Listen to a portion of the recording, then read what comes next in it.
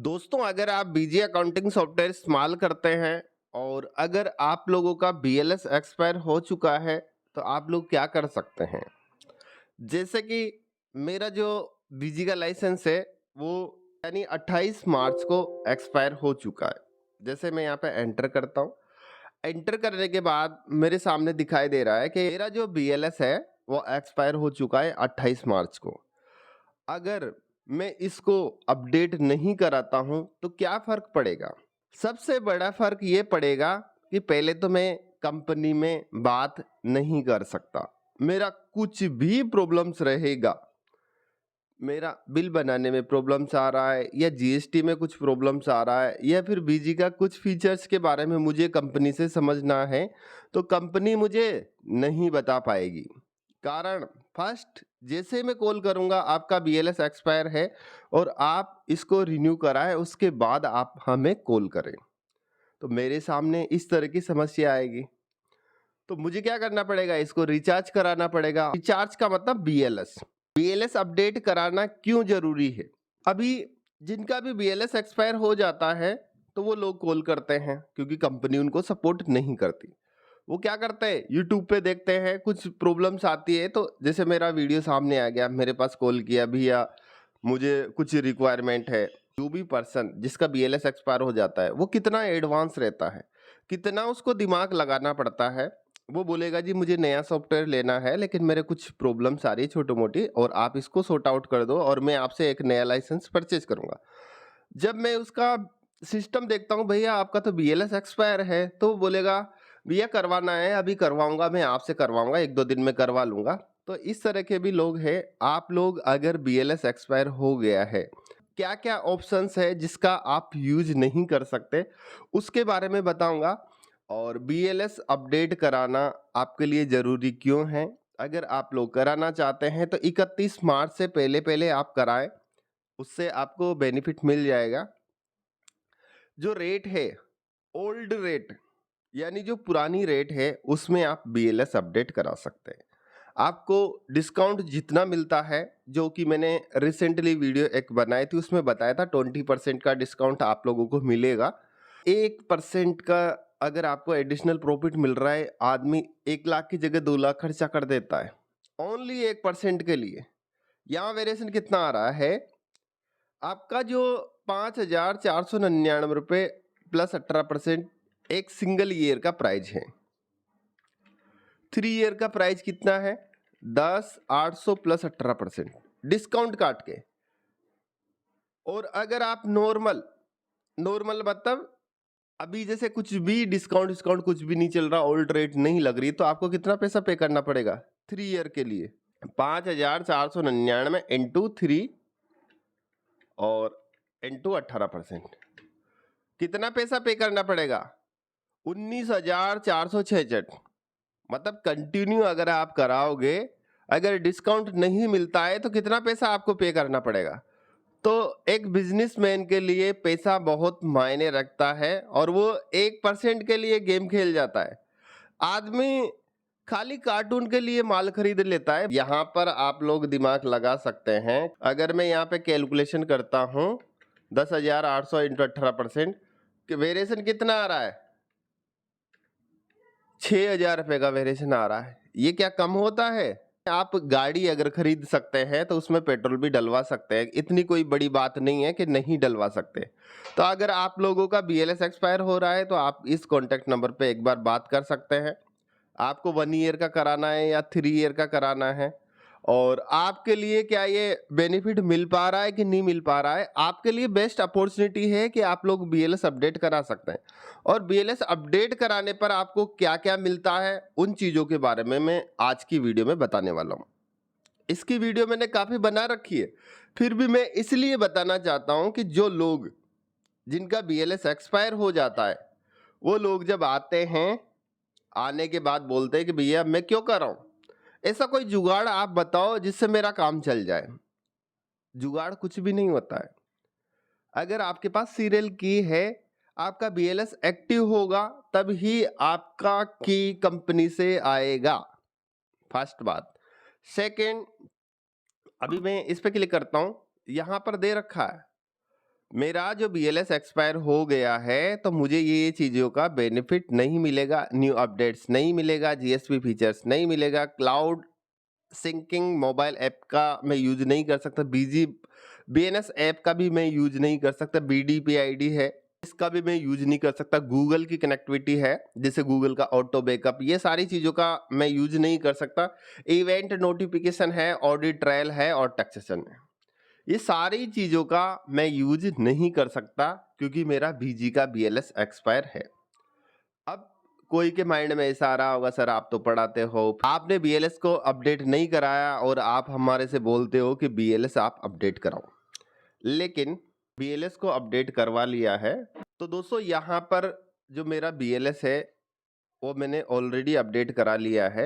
आपके लिए एक बार बता देता हूँ कि मैंने कितनी तारीख को करवाया था, 24 तारीख को ही इसको अपडेट करवा लिया था और ये इसकी फाइल है और इसको मैं निकाल लेता हूँ बाहर।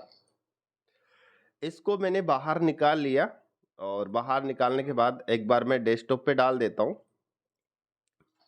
यहाँ पे डेस्कटॉप सेलेक्ट किया, डेस्कटॉप पे यहाँ से मैंने मेरी फाइल डाल दी। किसकी है? मेरे पास डोंगल है और ये डोंगल की फाइल इस तरीके से आती है। अब मैं क्या करूँगा, इसको अपडेट करूँगा। आप लोग देख पा रहे हैं कि अभी तो मेरा बीएलएस एक्सपायर है, तो मैं किन्हीं भी चीज़ों का यूज नहीं कर सकता और बीएलएस एक्सपायर होने के बाद आप लोगों को भी पता चल जाता है कि किन चीज़ों का यूज नहीं कर सकते हैं। अभी मैं एक बार आपके लिए बता देता हूँ। यहाँ से मैंने मेरा कंपनी ओपन किया, ओपन करने के बाद फर्स्ट यहाँ पे रेड कलर में लिखा हुआ रहा है 28/3/2025 एक्सपायर्ड। तो दोस्तों यहाँ पर मेरी कंपनी मैंने ओपन कर ली है और ओपन करने के बाद में मैं आपके लिए दिखा देता हूँ किन किन चीज़ों का आप बीएलएस एक्सपायर होने के बाद में इस्तेमाल नहीं कर सकते। जो आपके सामने जो बीएलएस का जो ऑप्शन आ रहा है रेड कलर में, जो बीएलएस लिखा हुआ है, जैसे मेंटेन ऑडिट ट्रायल हो गया, बीजी एक्सचेंज प्लेटफॉर्म हो गया, इवेंट नोटिफिकेशन हो गया, गूगल ड्राइव का फीचर्स हो गया और भी काफ़ी सारे फीचर्स है जिसका आप अभी जैसे उद्यम नंबर वाला जो सिस्टम्स है, ये आपका ई पेमेंट वाला सिस्टम है, तो काफ़ी चीज़ें ऐसी है जब आपका बीएलएस एक्सपायर हो जाएगा, यानी कौन कौन C GST R1 GST R3 भी, ये सब कुछ आप डाउनलोड नहीं कर सकते, रिकनसाइल आप नहीं कर सकते, जितने भी रिपोर्ट्स है यहाँ से आप वैलिडेट करना चाहते हो, पार्टी को वैलिडेट करना चाहते हो, नहीं कर पाओगे, वैलिडेट एचएसएन करना चाहोगे नहीं कर पाओगे, एसएसएन सर्च करना है, आपका किसी का देखना है कि इसने रिटर्न कब फाइल किया है, ये सारी चीज़ें आप नहीं कर पाओगे। तो आपका सारा जो सिस्टम है पूरा सिस्टम बंद हो जाएगा। आप ई वे बिल नहीं बना सकते, ई इनवॉइस नहीं बना सकते। क्या करोगे? कंपनी में अगर आप कॉल करते हो तो भाई साहब आपकी 1% भी वैल्यू नहीं है। जब मेरे पास कोई बंदा फ़ोन करता है, भैया आपका वीडियो देखा था और मुझे कुछ प्रॉब्लम आ रही है और इसका आप मुझे एडवाइस दे दो। भाई आपका बीएलएस एक्टिव है? कंपनी में फ़ोन करो, भैया बीएलएस एक्टिव नहीं है। मेरा जो बीजी का बीएलएस एक्सपायर है यानी अपडेट करा लिया है और उसको अपडेट करने का तरीका मैं आपके लिए बताता हूँ। यहाँ पर जैसे अगर आपके पास डोंगल है और आप बीएलएस को अपडेट कराते हैं तो कंपनी या डिस्ट्रीब्यूटर आपके लिए एक फाइल भेजता है।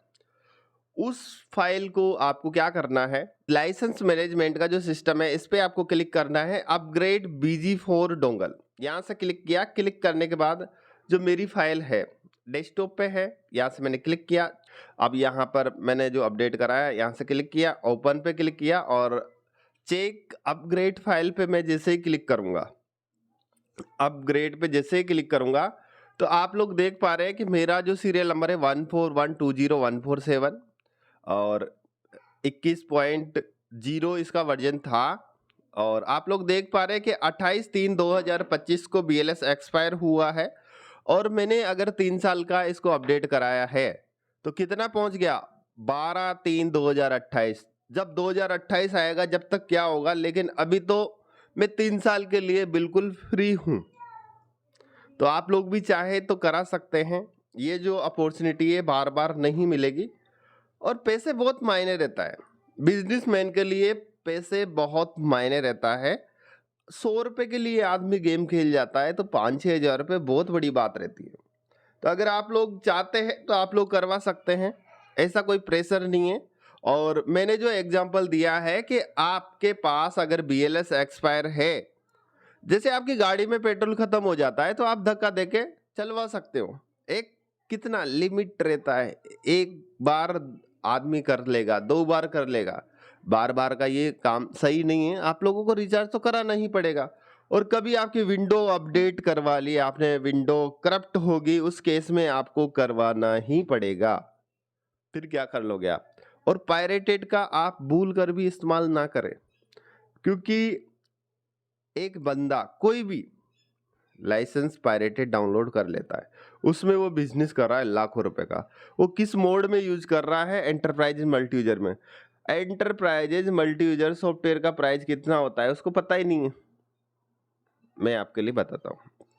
यहाँ से पहले अपग्रेड पे मैंने क्लिक किया और यहाँ से मैंने ओके कर दिया। ओके करने के बाद देखो ऑनलाइन सर्विसेज जितनी मिलनी चाहिए वो सारी मुझे मिलेगी। और ज़्यादातर जो लोग हैं पायरेटेड जो सॉफ्टवेयर यूज करते हैं, यानी क्रैक सॉफ्टवेयर जो यूज करते हैं, उनको पता नहीं है कि वो किस मोड में यूज कर रहे हैं। अभी मैं एक क्वेश्चन करता हूँ आपसे।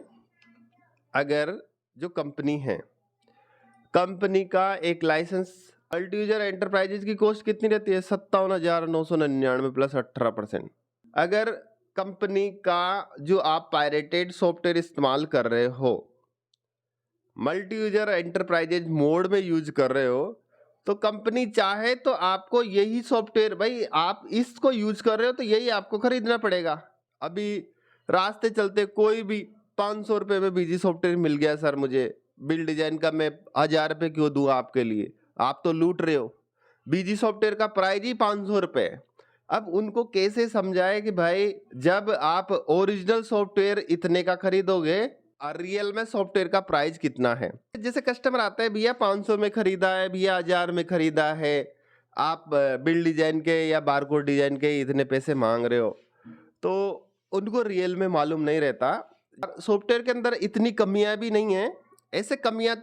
ऐसा तो कोई सा भी सॉफ्टवेयर नहीं बना है दुनिया में जिसमें कमी नहीं रहेगी, लेकिन एक अकाउंटिंग पर्पज के हिसाब से, एजेंसीज के पर्पज के हिसाब से काफी सारी चीजें हैं। जिन्होंने पायरेटेड 10 साल से पायरेटेड सॉफ्टवेयर इस्तेमाल कर रहे हैं कि भैया हमें क्या है, थोड़ा सा चेक करना पड़ेगा, तब उसके बाद खर्चा करने के बारे में सोचेंगे। भाई तू 10 साल से अगर पायरेटेड सॉफ्टवेयर इस्तेमाल कर रहा है, उसके बाद भी तू सोच रहा है कि भैया चेक करके देखना पड़ेगा। मैं एक बात आपके लिए बताता हूं, अगर कंपनी जिस दिन चाह लेगी उस दिन आप जो पायरेटेड सॉफ्टवेयर इस्तेमाल कर रहे हो 500 रुपये में खरीद के, तो आप लोग कंपनी को करा रहे हो कितने का नुकसान है? इतने का नुकसान। अगर कंपनी के तो एक लाइसेंस बिकता ना, चाहे आप उसको सिंगल यूजर में इस्तेमाल कर रहे हो, लेकिन यहाँ तो इस कैटेगरी के हिसाब से तो कंपनी के तो नुकसान हो गया ना 57,000। कितने होंगे? लाखों तो होंगे से। अगर रियल में जितने भी पायरेटेड सॉफ्टवेयर इस्तेमाल कर रहे हैं उन्हीं को अगर मल्टी यूजर लेना पड़ जाए तो कितना हो जाए? कंपनी का तो जो टर्नओवर है वही लाखों में पहुंच जाए।